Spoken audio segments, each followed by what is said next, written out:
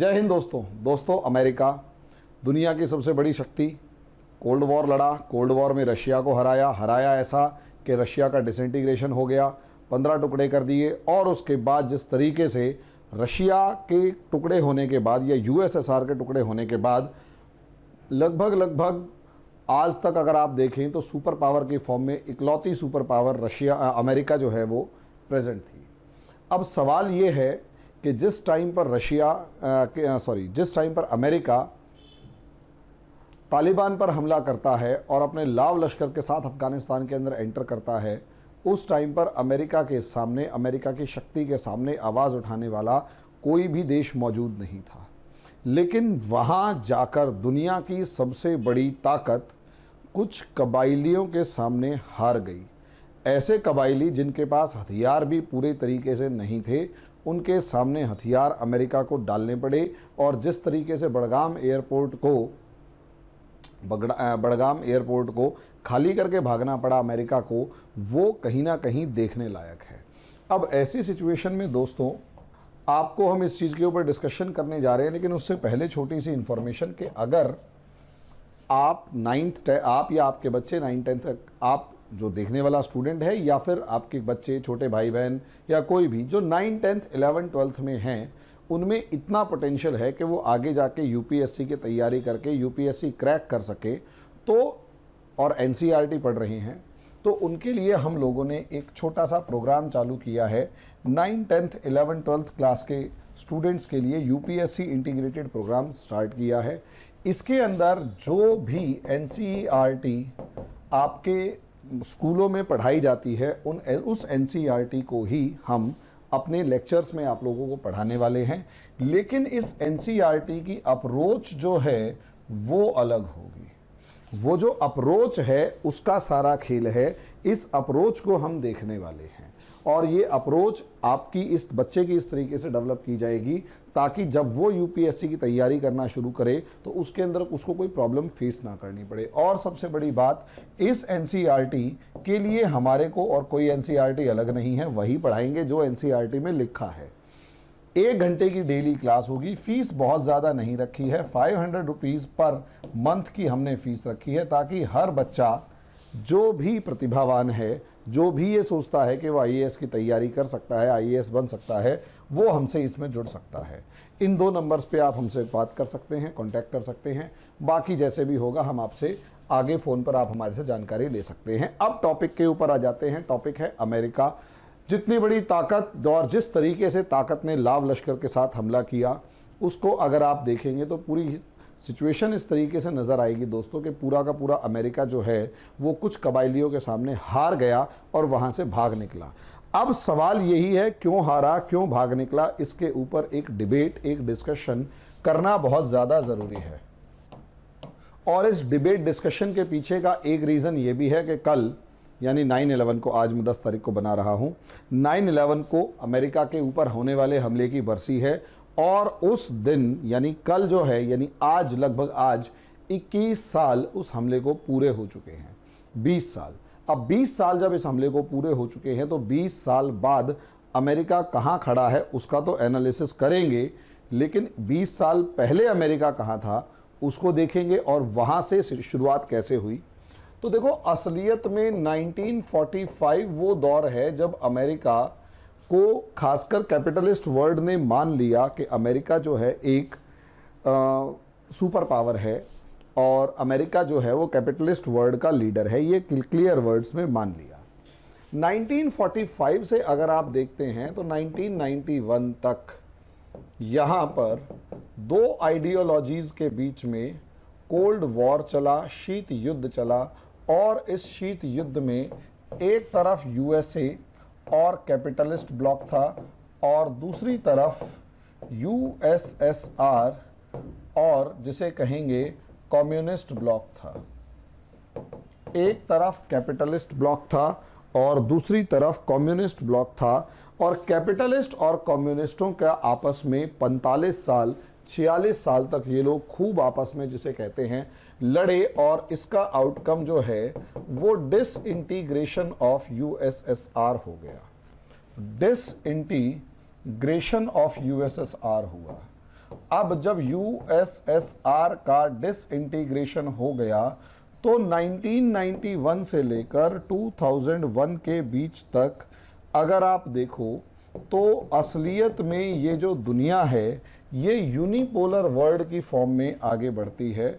Unipolar world का मतलब ये है कि पूरी दुनिया सिर्फ और सिर्फ एक ध्रुवीय बन के रह गई है, उसमें सिर्फ और सिर्फ अमेरिका है और अमेरिका सबसे बड़ी ताकत है। जो अमेरिका कहेगा वही होगा, जो अमेरिका इंटरफियर करेगा वही होगा, जिसको जैसे होगा, यानी वर्ल्ड ऑर्डर अमेरिका के आसपास घूमेगा, यानी world order would revolve around America. अब ऐसी सिचुएशन में नॉर्मली होता है रिवॉल्व अराउंड अमेरिका, ये एक सिचुएशन थी। अब ऐसी सिचुएशन में अगर आप देखोगे पूरी दुनिया की जो धुरी है वो अमेरिका है, पूरी दुनिया अमेरिका के चारों तरफ घूमेगी, एक ध्रुवीय विश्व बन चुका है। किसी देश के पास इतनी ताकत नहीं है जो अमेरिका को सीधे सीधे चुनौती दे सके, खुल के चुनौती दे सके। अब अगर किसी देश के पास इतनी ताकत नहीं है दोस्तों कि वो पूरी दुनिया को मतलब अमेरिका को खुली चुनौती दे सके, ऐसे में पुराने ज़माने में भी जब राजा इतना ताकतवर हो जाता था कि उसके सामने कोई आवाज़ नहीं उठा पाता था, या फिर अंग्रेज़ों के ज़माने में भी देखे जब हिंदुस्तान में अंग्रेज़ी राज था, सारे महाराजा राजा हार चुके थे, ऐसे में कहीं ना कहीं नॉन स्टेट एक्टर्स जो हैं, नॉन स्टेट पावर्स या नॉन स्टेट एक्टर्स जो मेनली होते हैं वो आवाज़ उठाते हैं और वो रिवोल्ट एंड रिबेलियन की फॉर्म में सबके सामने आना शुरू हो जाते हैं। वो विद्रोह करते हैं अलग अलग तरीके से। अब जब वो अलग अलग तरीके से विद्रोह करेंगे, रिवोल्ट एंड रिबेलियन करेंगे, तो वहीं यहाँ पर भी दिखा अमेरिका के अंदर कि जब अमेरिका ने पूरी दुनिया को अपने सामने झुका दिया, किसी देश में इतनी ताकत नहीं थी कि अमेरिका के सामने आंख उठा सके या उसके खिलाफ कुछ बोल सके, तो यहाँ पर यही नॉन स्टेट एक्टर्स आए और इन्हीं को कहा गया टेररिस्ट्स। मज़े की बात यहाँ है कि जिन लोगों को, जो लोग इंडिया को परेशान कर रहे थे या इंडिया की सरदर्दी बढ़ा रहे थे, अमेरिका या यूरोपियन कंट्रीज़ ने कभी भी उन्हें टेररिस्ट माना ही नहीं। यस, वो उन्हें फ्रीडम फाइटर्स कहते थे।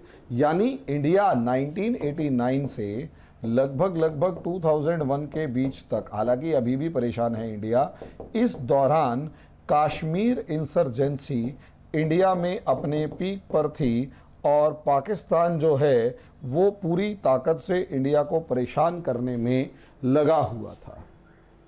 इंडिया जब इस इंसर्जेंसी की शिकायत करता तो इंडिया की नहीं सुनी जाती, हमेशा पाकिस्तान की सुनी जाती और उन्हें प्रोटेस्टर्स या फ्रीडम फाइटर का नाम दिया जाता।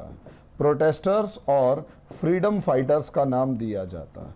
अब जब इन्हें प्रोटेस्टर्स या फ्रीडम फाइटर्स का नाम दिया जाता, जबकि ये भी इस्लाम के नाम पर ही लड़ रहे थे, तो ऑब्वियस सी बात है इंडिया को प्रॉब्लम होती। और इंडिया का ये वो दौर था, ये वाला, जो पॉलिटिकल इंस्टेबिलिटी अपने पीक पर थी। इंडिया का सबसे ज़्यादा बुरा दौर वो था जब कोई भी पावर या कोई भी गवर्नमेंट कोई भी पॉलिटिकल पार्टी इतनी ताकतवर नहीं थी कि अपने दम पे सरकार चला सके या अपनी फुल मेजॉरिटी के साथ गवर्नमेंट आ सके। उठापटक चल रही थी लगातार, और लगातार जो उठापटक चल रही थी उसी पॉलिटिकल इंस्टेबिलिटी की वजह से इंडिया और ज़्यादा अपने इंटरनल मैटर्स में घिरा हुआ था। एक्सटर्नल मैटर्स की तो बात कम ही कही जाएगी। अब ऐसी सिचुएशन में दोस्तों इंडिया एक तो पॉलिटिकल इंस्टेबिलिटी थी, इकोनॉमिक क्राइसिस झेल रहा था, ये इंडिया का सबसे बुरा दौर था। इकोनॉमिक क्राइसिस झेल रहा था और यूनिपोलर वर्ल्ड में यूएसएसआर जो उसका फॉरएवर फ्रेंड की फॉर्म में था, वो कोलैप्स हो चुका था। इंडिया आइसोलेटेड फील कर रहा था और हालात काफ़ी ज़्यादा बुरे थे। ऐसे में कश्मीर इंसर्जेंसी शुरू होती है और इंडिया को लगभग 10 साल बहुत सारे अटैक्स झेलने पड़े और न जाने क्या क्या। अच्छा, मज़े की बात यह है, जब इंडिया इसे टेररिज्म कहता तो पूरी दुनिया उसे मानने के लिए तैयार नहीं थी, लेकिन यही टेररिज्म अमेरिका पे अटैक करता है तो अमेरिका और पूरी दुनिया कहती है हाँ ये टेररिज्म है और हम इसे अब खत्म करके रहेंगे। खैर कोई बात नहीं। अब सवाल ये है अमेरिका के ऊपर ये टेररिस्ट ऑर्गेनाइजेशंस ने अटैक क्यों किया। इस दुनिया में सबसे बुरा अगर कहीं पर जहर घोला किसी ने तो वो अमेरिका था। असलियत में क्या है दोस्तों, कोल्ड वॉर। कोल्ड वॉर जो था वो कोल्ड वॉर असलियत में वार ऑफ आइडियोलॉजीज था। आइडियोलॉजीज यानी विचारधाराओं का युद्ध था। इस आइडियोलॉजीज यानी विचारधाराओं के युद्ध में दो आइडियोलॉजीज थी। एक तो कैपिटलिज्म की आइडियोलॉजी थी और दूसरा कम्युनिज्म की आइडियोलॉजी थी। अब कम्युनिज्म की आइडियोलॉजी और कैपिटलिज्म था पूंजीवाद और कम्युनिज्म था साम्यवाद। अब अगर आप यहां पर देखें कम्युनिज्म और कैपिटलिज्म में, अगर कम्युनिज्म और कैपिटलिज्म में अगर आप देखते हैं यहां पर, अगर यहां पर कम्युनिज्म और कैपिटलिज्म में देखते हैं तो आपको काफ़ी सारी चीज़ें यहाँ समझ में आएंगी। ये बात करते हैं हमेशा फ्रीडम की, ये हमेशा बात करेगा फ्रीडम फ्रीडम फ्रीडम, लेकिन असलियत में क्या होता है, a group of people captures about whole resources of a country, whole resources of a country। यहाँ पर जो आम व्यक्ति है वो देश के सारे संसाधनों पर, कुछ लोग देश के सारे संसाधनों पर कब्जा करते हैं on the name of freedom.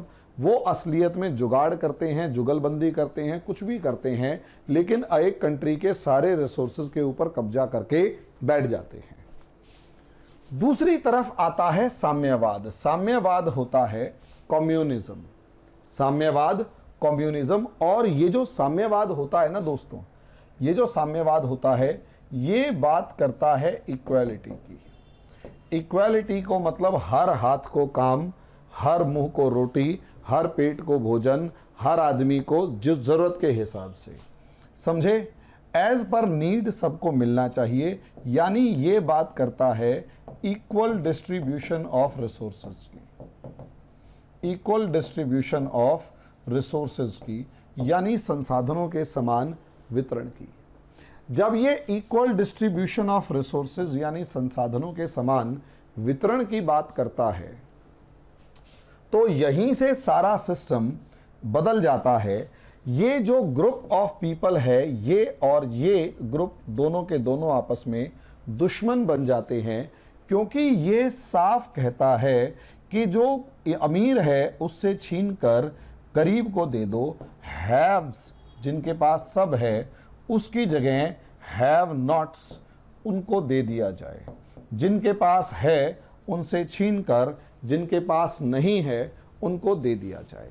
जिनके पास है उनसे छीनकर जिनके पास नहीं है उनको दे दिया जाए। हैव्स से हैव नॉट्स तक। हैव्स यहाँ पर कौन है? हैव्स यहाँ पर अमीर लोग हैं, वो कैपिटलिस्ट हैं।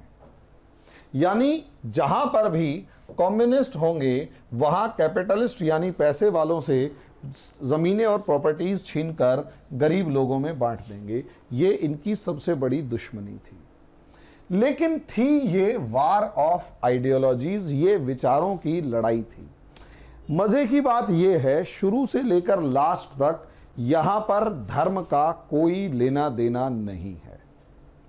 यहाँ सिर्फ और सिर्फ आइडियोलॉजी थी, यहाँ धर्म का कोई लेना देना नहीं था। एक वो लोग थे जो आम आदमी की बात करते थे, यहाँ पर ये कॉमन मासेस की बात करता था खुलकर कि सबको खाना मिले, सबको सब चीज़ें मिले। अब यही गेम हो जाता है। ये असलियत में आप ये देखिए, एक टाइम ऐसा था कि दुनिया की लगभग 70% कंट्रीज में कम्युनिज्म का डोमिनेंस हो चुका था, कम्युनिस्ट सरकारें आ चुकी थी और जो कैपिटलिज्म था इसको साफ तौर पे नकार दिया जा रहा था। क्योंकि ऑब्वियस सी बात है, यहां पर अगर आप देखेंगे तो कैपिटलिज्म जो है वो कुछ लोगों की ही सरकार की तरफ ध्यान देता है। यानी वहां ऐसे देशों में ऐसी ऐसी सरकारें आ रही थी जिनकी अप्रोच क्लियर वर्ड्स में कम्युनिस्ट थी। वो क्लियर वर्ड्स में कम्युनिज्म की बात कर रहे थे, इक्वल डिस्ट्रीब्यूशन ऑफ रिसोर्सेज की बात कर रहे थे। यहां पर जब हारने लगे तो पहली बार अमेरिका ने, अच्छा यहां पर कम्युनिस्ट में यानी यूएसएसआर ने एक गलती कर दी, और हुआ क्या था उसे थोड़ा सा मैप पे देखेंगे। भाई असलियत में समझिए मैप पे क्यों देखेंगे, क्योंकि अमेरिका और ये जो रशिया थे, यूएसएसआर थे, ये दुनिया के अलग अलग कोनों में खूब लड़े हैं। अगर आप दुनिया के हर पक्ष को देखेंगे यहां पर, तो सबसे पहले तो कोरियन वॉर में ये दोनों पार्ट्स आपस में लड़े और पूरा कोरिया पेनिनसुला दो पार्ट्स में डिवाइड हो गया, एक नॉर्थ कोरिया और दूसरा साउथ कोरिया। आज भी है किम जोंग उन और दूसरे मिस्टर मून जो हैं। इनकी दूसरी सबसे इंपॉर्टेंट लड़ाई हुई यहां वियतनाम में, और वियतनाम के अंदर अमेरिका को सर पे पांव रख के भागना पड़ा और कम्युनिस्ट वॉन, कम्युनिस्ट रजीम वॉन। यहां पर कम्युनिस्ट रजीम जो थी यानी साम्यवादी सरकार जो थी वो जीत गई। कम्युनिस्ट रजीम वॉन, साम्यवादी सरकार जीत गई। और जब कम्युनिस्ट रजीम जीत जाएगी तो यहां पर ओवर कॉन्फिडेंस या मोटिवेशन या यूं कहेंगे कॉन्फिडेंस ऑफ कम्युनिस्ट यूएसएसआर का जो कॉन्फिडेंस था वो बढ़ने लगा। ये बात अप्रॉक्सीमेट 1975 के आसपास की है। हालांकि यूएसएसआर ने 1972 में चाइना को अपने पक्ष में कर लिया था, लेकिन चाइना ने साफ कह दिया हम अपनी कम्युनिज्म को नहीं छोड़ेंगे, बाकी चीजों पे बात की जा सकती है। यूएसएसआर और चाइना की खटपट चलती थी। यूएसएसआर कहता था मैं सबसे बड़ा देश हूं, चाइना कहता है सबसे बड़ी पॉपुलेशन हमारी है, तुम कहां से बड़े हो गए। यूएसएसआर कहता था कि यहां पर हमारी आइडियोलॉजी चलेगी क्योंकि कम्युनिज्म की शुरुआत हमारे पास हुई है। चाइना कहता था इससे जरूरत नहीं है कि शुरुआत तुम्हारे पास हुई है, असलियत में कौन सबसे बड़ी पॉपुलेशन को रूल कर रहा है और किसकी आइडियोलॉजी होगी वो मायने रखेगी। और यही रीजन है यूएसएसआर और चाइना के बीच में खटपट होनी शुरू हो गई इस मामले में कि कम्युनिस्ट दुनिया की लीडरशिप कौन करेगा। और यही एक कारण था कि चाइना ने यूएसएसआर का साथ छोड़कर अमेरिका के साथ जाना शुरू कर दिया था और उसके बाद उनकी खटपट। लेकिन यूएसएसआर इस दुनिया पे अपना डोमिनेंस जमाने के लिए जो काम कर रहा था उसमें पहले तो अगर आप देखेंगे इराक के बाद सीरिया, उसके बाद ये सऊदी अरेबिया, इजिप्ट और लीबिया से लेकर ये जितना अरब वर्ल्ड था ये सारे का सारा कम्युनिस्ट रजीम में था, यानी यूएसएसआर के पक्ष में था। यहां सिर्फ पहले एक ईरान की सरकार थी, एक ईरान और दूसरा पाकिस्तान, ये दो गवर्नमेंट्स थी जो प्रो अमेरिका थी। बाकी सारी कंट्रीज एंटी अमेरिका थी। क्यों एंटी अमेरिका थी? क्योंकि अमेरिका ने इनके बीच में यहां पर इजराइल को एस्टेब्लिश कर दिया। अब यहां इजराइल ने फिलिस्तीनियों पर अटैक किया या फिर फिलिस्तीनियों की जगह छीनी, उनको मार भगाया, और इजराइल को ब्रिटेन, फ्रांस या यूरोपियन कंट्रीज और अमेरिका का सपोर्ट था। यही एक रीजन था कि इजराइल के नाम पर जितने अरब कंट्रीज थे वो एंटी अमेरिका थे, और ईरान का शाह जो था वो अमेरिका के फेवर में था और पाकिस्तान भी अमेरिका के फेवर में था। यहां मामला क्या हुआ? ईरानियन रेवोल्यूशन हुई और ये एक तरीके की बहुत इंपॉर्टेंट, हालांकि ईरान के शाह ने भी कहीं ना कहीं अमेरिका के अगेंस्ट जाना शुरू किया, रशिया से पिंगे बढ़ाना शुरू किया, तो अमेरिका ने उसको उसकी औकात दिखाने के लिए यहां पर on the name of Islam Islamic revolution करवा दी। खामेनेई, जो सबसे पहला खामेनेई था, उसकी लीडरशिप में। और जैसे ही इस्लामिक रेवोल्यूशन हुआ, इस्लामिक रेवोल्यूशन ने ईरान के शाह को मार भगाया और ईरान में एक इस्लामिक रूल इस्टेब्लिश कर दिया, rule on the base of religion.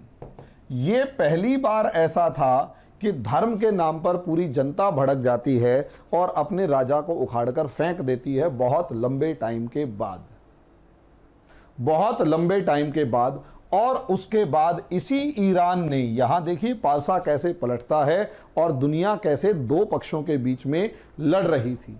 यहां इसी ईरान ने यह कहा कि इस इस्लामिक रेवोल्यूशन को ऑल ओवर द वर्ल्ड भेजा जाएगा, ऑल ओवर द वर्ल्ड, यानी पूरी दुनिया के अंदर फैलाया जाएगा, पूरी दुनिया के अंदर भेजा जाएगा। जब ये कहा कि पूरी दुनिया में फैलाया जाएगा और ईरान शिया, तो सारे Saudi Arabia, Iraq, Syria, Egypt सब डर गए। और सद्दाम हुसैन जो किसी टाइम पर रशिया के सपोर्ट में होता था, अब वो कहीं ना कहीं अमेरिका के सपोर्ट में जाने लगा और ईरान पर हमला कर दिया। सोचकर देखिए, यहां गेम चल रहा है दो देशों का। और इसी ईरानियन रेवोल्यूशन से मोटिवेट होकर, भाई ऑब्वियस सी बात है, अगर सारा अरब वर्ल्ड अमेरिका के पक्ष में जाएगा तो ईरान किसके पक्ष में जाएगा? ईरान यूएसएसआर के फेवर में गया और यहां पर भी इसने कम्युनिज्म को सपोर्ट करने की बात कही। अब आखिरी यहां पर हिस्सा, एक ये अफगानिस्तान बचा और दूसरा ये पाकिस्तान बचा। ऐसे में रशिया ने प्लान सिंपल सा किया कि इंडिया में भी कम्युनिस्ट गवर्नमेंट है इंदिरा गांधी की, कम्युनिस्ट नहीं तो कम से कम सोशलिस्ट गवर्नमेंट है और ये दोनों के दोनों भाई हैं। अब ऐसे में सोशलिस्ट गवर्नमेंट इंडिया के अंदर है, कम्युनिस्ट नहीं है, लेकिन फिर भी कम्युनिस्ट भी यहाँ पर प्रेजेंट हैं। ऐसे में ये इलाका बच गया है और सीरिया और इराक, भले ही सद्दाम हुसैन कैसा भी है, जॉर्डन से लेकर सऊदी अरेबिया तक इनका डोमिनेंस अच्छा खासा था। बाद में हालांकि सऊदी अरेबिया अमेरिका की तरफ चला गया, इजिप्ट भी धीरे धीरे अमेरिका की तरफ खिसकने लगा और बाकी दूसरे देश भी अमेरिका के दोस्त बनने लग गए। लेकिन रशिया ने, जैसे ही ईरानियन रेवोल्यूशन 1978 हुआ, रशिया डोमिनेट करता है, रशिया मोटिवेटेड था और रशिया ने 1979 के अंदर अमेरिका में अफगानिस्तान में एंटर किया। यहां से पूरी दुनिया चेंज होती है, क्योंकि जिस तरीके से वियतनाम के अंदर अमेरिका हारा हुआ, लात खाए, मात खाए और सर झुकाए बाहर निकला था, अमेरिका दोबारा से महज 4 साल बाद नई कंट्री में एंटर करने की इंटरेस्ट की सिचुएशन में नहीं था, या यूं कहें कि इंटरेस्टेड नहीं था। जब वो इंटरेस्टेड नहीं था यहाँ पर, तो यहाँ इंटरेस्टेड ना होने की वजह से ये जो अफगानिस्तान है, इसके अंदर रशिया जब एंटर करता है तो अमेरिका ने यहाँ पर वही चाल चली जो रशिया ने वियतनाम पर चली थी। भाई यहाँ अमेरिका डायरेक्ट लड़ रहा था और यूएसएसआर जो है वो बैक सपोर्ट प्रोवाइड कर रहा था। यूएसएसआर बैक सपोर्ट प्रोवाइड कर रहा था, अमेरिका खुलकर लड़ रहा था। यहां पर यूएसएसआर ने अपनी आर्मी खुलकर भेज दी, लेकिन अमेरिका ने सोचा कि यहां पर एंट्री नहीं की और एंट्री नहीं करेगा। लेकिन अगर अफगानिस्तान गिर जाता है यूएसएसआर के सामने, तो पाकिस्तान जो है अगला नंबर उसका होगा। और जैसे ही पाकिस्तान गिरेगा, उसका मतलब ये है कि ये पूरा इलाका जो है ये यूएसएसआर के कब्जे में, म्यांमार के अंदर भी काफ़ी हद तक, और बाकी ये south east Asia, domino effect चारों तरफ फैलना शुरू हो जाएगा एक के बाद एक। अमेरिका ने एक प्लान किया और यहाँ पर पाकिस्तान को अपने पक्ष में मिलाया। सोचकर देखिए, यहां पाकिस्तान को अपने पक्ष में मिला, पक्ष में तो पहले से ही था, और पाकिस्तान के साथ इस बॉर्डर के ऊपर डेडली कॉम्बिनेशन ऑफ पॉलिटिक्स खेला। यहां पर भाड़ में गई, अमेरिका ने सोच लिया, भाड़ में गया कैपिटलिज्म, भाड़ में गया सब कुछ। यहां अमेरिका की या कहीं यूएसएसआर की कोई आइडियोलॉजी काम नहीं कर रही थी, क्योंकि दोनों को बारे में पता था कि दोनों बदमाशी करते हैं। ऐसे में अमेरिका ने यहां एक काम किया कि इस बॉर्डर के ऊपर, अफगानिस्तान पाकिस्तान बॉर्डर के ऊपर, अफगानिस्तान कबीलाई लोगों का एक एरिया है। इस बॉर्डर के ऊपर सऊदी अरेबिया से कहा कि आप तो अपनी आइडियोलॉजी दो, पाकिस्तान से कहा आप रास्ता दो, स्पेस दो, वे दो, और अमेरिका ने कहा हम आपको वेपन देंगे और जाके आप यूएसएसआर से लड़ो। क्योंकि सऊदी अरेबिया और ईरान का 36 का आंकड़ा शुरू से रहा है, और जब से ईरान कहता है कि हम लोग तो जिहाद करेंगे और सारे एरिया के अंदर इस्लामिक रेवोल्यूशन फैलाएंगे, तो सऊदी अरेबिया का खानदान डर गया और उन्होंने फिर अमेरिका का दामन थामना शुरू कर दिया। सऊदी अरेबिया ने वहाबिज्म की आइडियोलॉजी दी। सऊदी अरेबिया ने वहाबिज्म की आइडियोलॉजी दी, और वहाबिज्म कहता है कि my way of Islam is the purest one. जो मैं बता रहा हूं, अब्दुल वहाब का विचार था कि जो मैं बता रहा हूं वही इस्लाम प्योर है, बाकी तुम सब बकवास हो। अब आपको या तो मेरे से लड़ना पड़ेगा, या तो आप मेरे से लड़िए। अगर आप मेरे से नहीं लड़, मतलब आप मेरे से लड़ो, अगर मैं मर गया तो भी मेरी विचारधारा के लोग जिंदा रहेंगे, और अगर तुम मर गए तो मैं विजय हो गया, नहीं तो मेरी बात मान ले। शॉर्ट में कहने का मतलब यह है कि यहां से कट्टर विचारधारा वहाबिज्म की अफगानिस्तान पहुंचाई, AK-47 या जो भी इनकी वेपन्स थे वो पहुंचाए, और पाकिस्तान से कहा रास्ता दो और इन लोगों को भड़काओ। बाकायदा अमेरिकन ऑफिसर्स ने इन कबीलों के अंदर जा जाकर एक हाथ में कुरान और एक हाथ में AK-47 लेके लोगों को समझाया कि आपका असली जिंदगी यही है, अपने देश को बचाओ, अपने जीवन को बचाओ। अब आप यहीं सोचकर देख सकते हैं यहां से कि किसने ब्लेंडिंग की रेडिकल इस्लाम की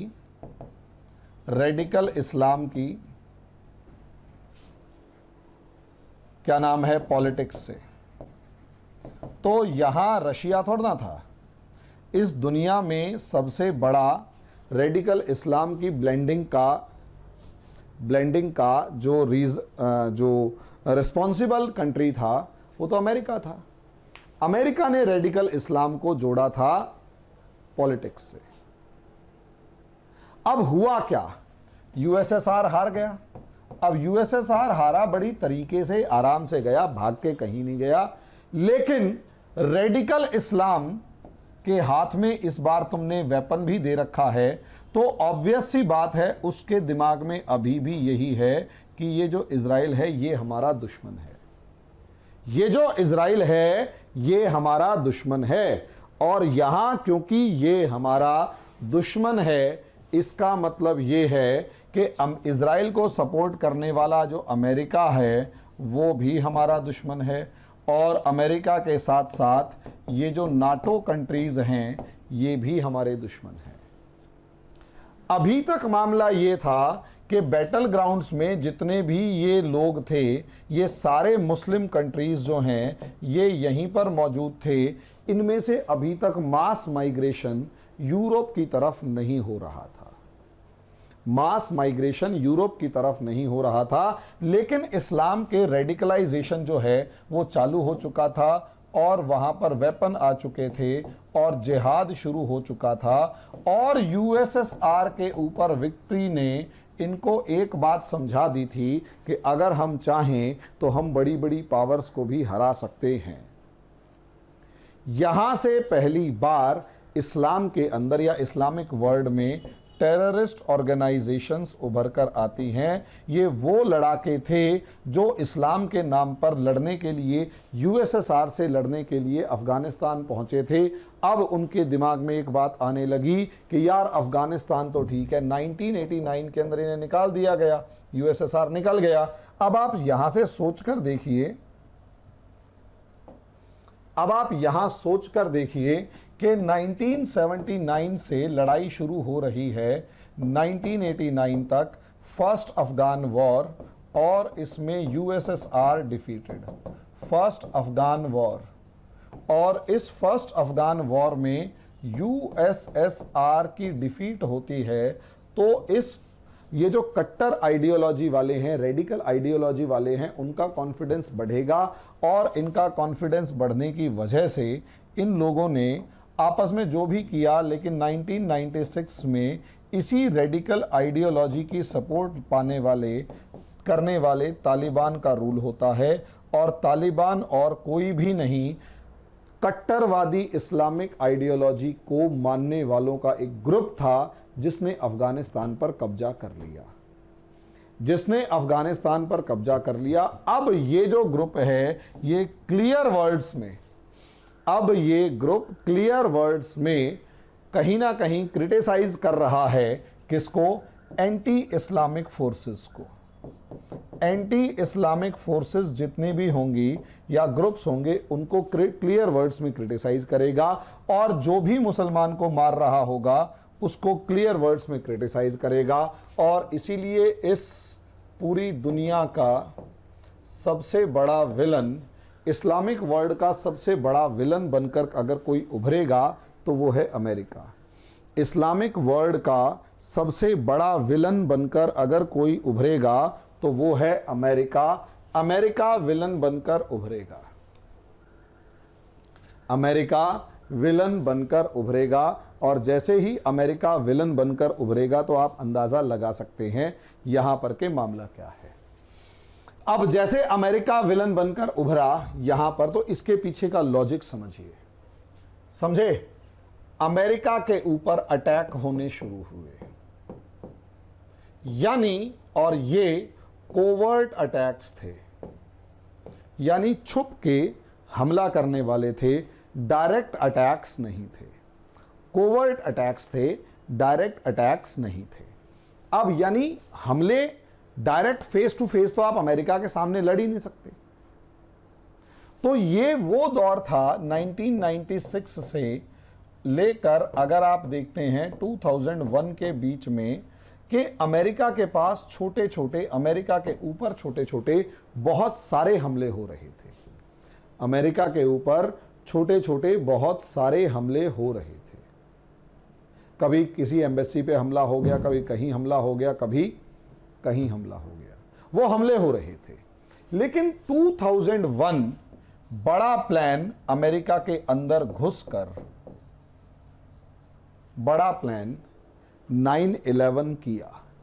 यानी एक टेररिस्ट ऑर्गेनाइजेशन ने जो अमेरिका को इस्लामिक वर्ल्ड के ऊपर अत्याचार करने का कल्प्रिट यानी दोषी मान रहा था, अब उसने सीधा 9/11 अटैक किया और अमेरिका का वर्ल्ड ट्रेड सेंटर गिरा दिया आज से 20 साल पहले 2001 के अंदर। ये अमेरिका के ऊपर दुनिया का सबसे बड़ा हमला था। अमेरिकन मेनलैंड पर हमला था और 3000 पीपल मारे गए। यहीं से सारी सिचुएशन चेंज होती चली गई, बदलती चली गई। 9/11 से मतलब ये नहीं है कि वो बहुत ज़्यादा, मतलब 9/11 पर मतलब ये नहीं है कि बहुत ज़्यादा मतलब अटैक हुआ। 9/11 का सीधा सीधा मतलब ये है, 9/11 का सीधा सीधा मतलब ये है कि तालिबान या अफगानिस्तान के या इस्लामिक वॉरियर्स ने अमेरिका को एक विलन की तौर पर देखकर, अमेरिका को एक विलन के तौर पर देखकर उस पर सीधा हमला किया और इस्लाम की विजय के रूप में इसे देखा गया। ये अमेरिका के ऊपर हमले का पहला सबसे बड़ा कारण था, क्योंकि अमेरिका दुनिया के अलग अलग देशों में, क्योंकि उससे पहले सूडान पर बम्बार्डमेंट हो चुकी थी, उससे पहले इजराइल का तो मामला चल ही रहा था, और भी अगर कहीं पर भी देखोगे तो अमेरिका के ऊपर दुनिया के अलग अलग देशों पर अत्याचार करने का सबसे बड़ा आरोप, और इस्लामिक वर्ल्ड की नज़र में अमेरिका जो है वो दुनिया का सबसे बड़ा दुश्मन देश की फॉर्म में है। अमेरिका पर सबसे बड़े दुश्मन देश की फॉर्म में है, जो इस्लामिक लोगों के ऊपर या इस्लाम के मतलब मुसलमानों पर हमला करता है, उस पर अत्याचार करता है। ये सबसे बड़ा रीज़न था 9/11 के अटैक का, और यहाँ से अमेरिका मजबूर हुआ अफगानिस्तान के अंदर एंटर करने के लिए। अब इसकी कहानी अगले एपिसोड में। धन्यवाद।